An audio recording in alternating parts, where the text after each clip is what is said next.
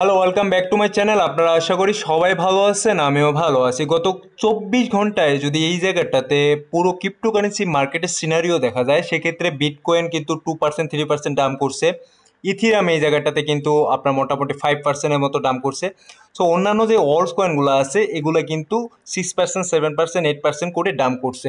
So এখন কথা হচ্ছে, এই যে মার্কেট ডাউন হইলো, মার্কেট আরও কতটুকু নিচে আসতে পারে এবং কোথায় মার্কেটের সাপোর্ট আছে এবং মার্কেটটা কেন ডাউন হইলো, টেকনিক্যাল এবং যে ফান্ডামেন্টাল যেই বিষয়গুলো আছে পুরো বিষয়গুলো এই ভিডিওতে আলোচনা করা হবে।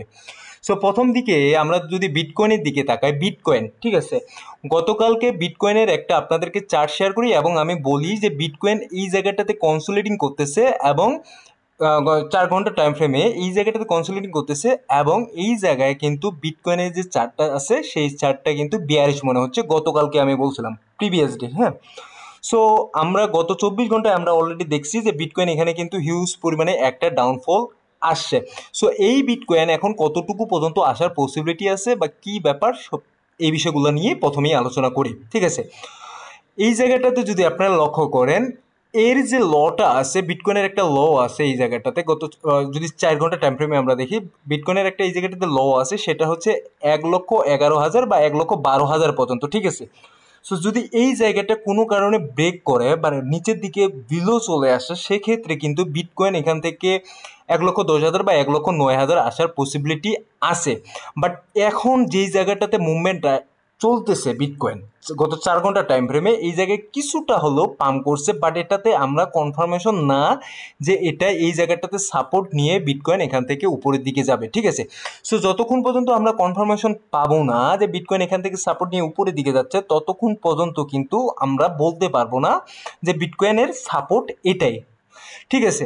সো বিটকয়েনের যদি এর আগের বিষয়টা দেখি, এই জায়গাটাতে যখন জুলাই মাসের 14 তারিখে এই জায়গাটাতে অল টাইম হাই ক্রিয়েট করে দেন, কিন্তু এই জায়গাটাতে আবার একটা অল টাইম হাই ক্রিয়েট করে এর মধ্যে কিছুদিন এই জায়গায় মার্কেট কনসোলিডিং করছিল এবং আমরা চিন্তা করছিলাম যে বিটকয়েন এই জায়গাটাতে কনসোলিডিং করবে বা কিছুটা আপ ডাউন করবে, দেন এই জায়গায় অলস যে কয়েনগুলো আছে সেই অলস কয়েনগুলো পাম্প করবে, আমরা কিন্তু ওইভাবেই চিন্তা করেছিলাম। এখন বিটকয়েন হঠাৎ করে যেই আপনার এখানে কত তারিখে, এখানে আগস্টের 13 তারিখে বিটকয়েন কিন্তু আবার নতুন করে অল টাইম হাই ক্রিয়েট করে এবং দেন সেখান থেকে বিটকয়েন কিন্তু চূড়ান্তভাবে ফল ডাউন করা শুরু করে।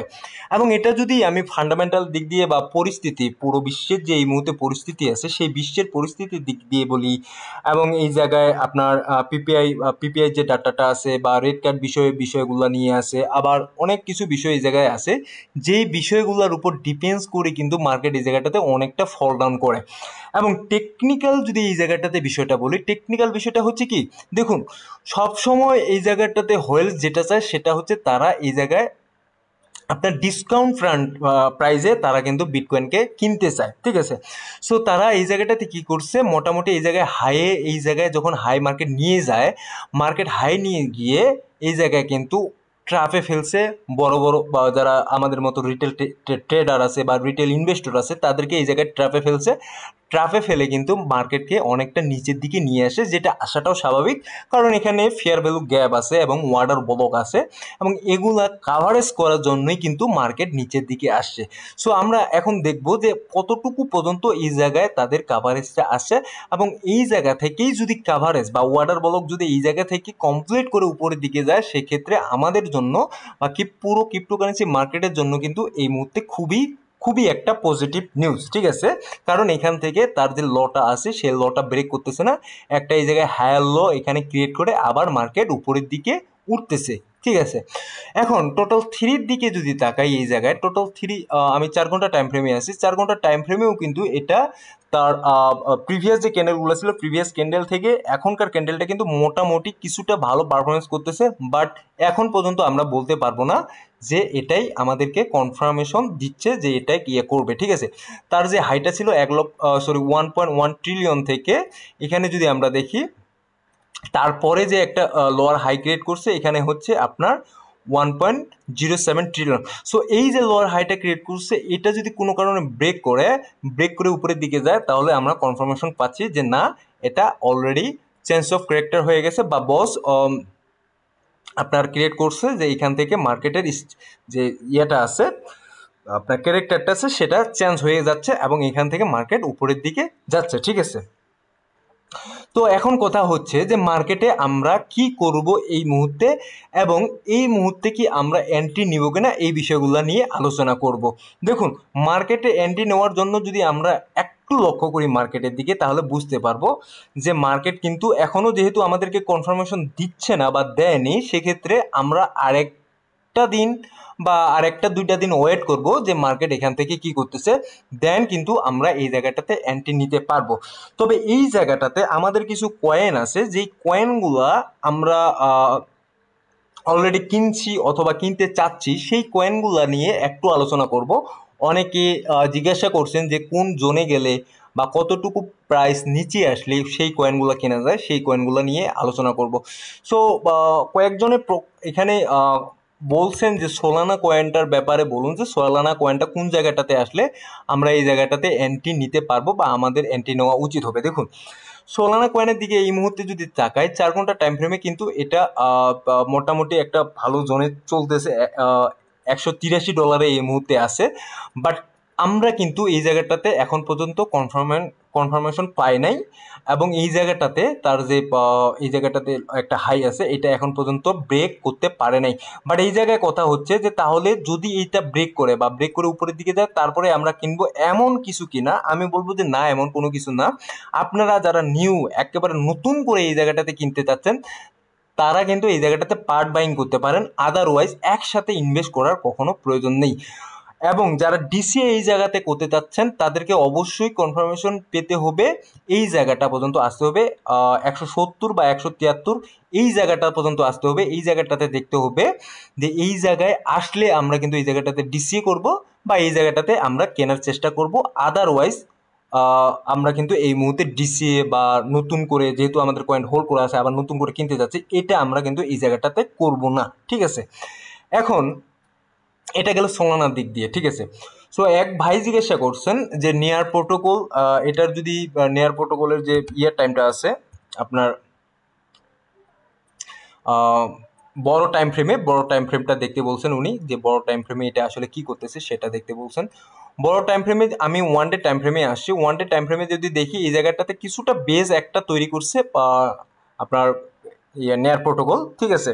তো এটার যে লটা আছে, লটা হচ্ছে আপনার এই জায়গাটাতে $2.28 এই জায়গাটাতে আছে। সো এই জায়গাটাতে আমাদেরকে লক্ষ্য করতে হবে যে যদি এটা বেস নিয়ে বা এটাতে যদি সাপোর্ট নিয়ে মার্কেট উপরের দিকে উঠে, দেন মুভমেন্ট অবশ্যই ভালো একটা সামনের দিকে যাবে। বাট এই জায়গাটাতে যদি আসে বা এই জায়গাটা ক্রস করে, দেন কিন্তু আমরা বুঝবো যে এই মুহূর্তে নেয়ার প্রোটোকলেরও অবস্থা ভালো না। এবং এটা টোটালটা ডিপেন্ডস করতেছে কিসের উপর? টোটালটা ডিপেন্ডস করতেছে পুরো ক্রিপ্টোকারেন্সি মার্কেট কোন দিকে যাচ্ছে, বিশেষ করে বিটকয়েনের উপর, ঠিক আছে। সো এটাকে যদি আমি আরো বড় টাইম ফ্রেমে দেখি একটু, আমি উইকলি টাইম ফ্রেমে আছি। সো উইকলি টাইম ফ্রেমেও কিন্তু খুব একটা বেশি আহামরি ভালো একটা কন্ডিশনে এই মুহূর্তে নাই। এবং এটাতে যারা নিউ বা ফ্রেশ বাইং করতে চাচ্ছেন, আমি বলবো যে এই মুহূর্তে ফ্রেশ অবশ্যই বাইং করবেন না, যতক্ষণ পর্যন্ত এটার কনফার্মেশন না আসতেছে, যতক্ষণ পর্যন্ত এই যে জোনটা আছে, যারা লঙ্গার টাইম ফ্রেমের কথা চিন্তা ভাবনা করতেছেন, তাদেরকে বলবো যে এই যে $3 আছে, $3 উপরে যতক্ষণ পর্যন্ত ক্রস না করতেছে বা এখানে $3.5 যতক্ষণ পর্যন্ত ক্রস না করতেছে, ততক্ষণ পর্যন্ত নেয়ার প্রোটোকল আসলে ওইভাবে ইনভেস্ট করাটা ঠিক হবে না। কারণ আমি উইকলি টাইম ফ্রেমে যদি দেখি, এটা কন্টিনিউয়াসলি মার্কেট এখান থেকে নিচের দিকে আসতেছে, ডাউন ট্রেন্ডেই এখন পর্যন্ত আছে।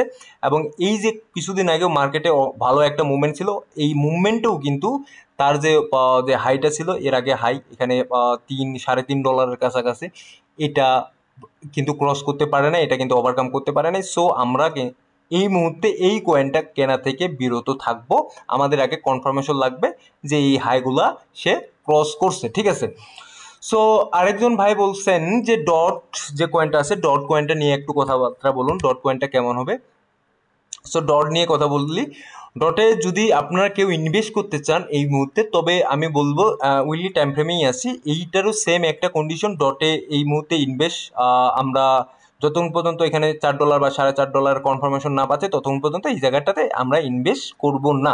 কারণ কন্টিনিউয়াসলি মার্কেট কিন্তু এই জায়গাটাতে বেয়ারিশ, এবং এই জায়গাটা ডাবল টপ একটা ক্রিয়েট করছিল, ডাবল ট্যাপ টপ ক্রিয়েট করার পর কিন্তু আবার মার্কেটকে অনেকটা নিচের দিকে নিয়ে আসছে এবং কন্টিনিউয়াসলি এই জায়গায় যদি দেখেন লোয়ার ল ক্রিয়েট করতেছে। সো এটা বিষয়ে খুব সাবধান, কারণ আমরা লঙ্গার টাইম ফ্রেমে বা লঙ্গার ভার্সনে লঙ্গার একটা ভিশন নিয়ে এই জায়গাটাতে চলতেছি। কাজে আমাদেরকে সব বিষয়গুলো নিয়েই কিন্তু এই জায়গায় সচেতন হতে হবে।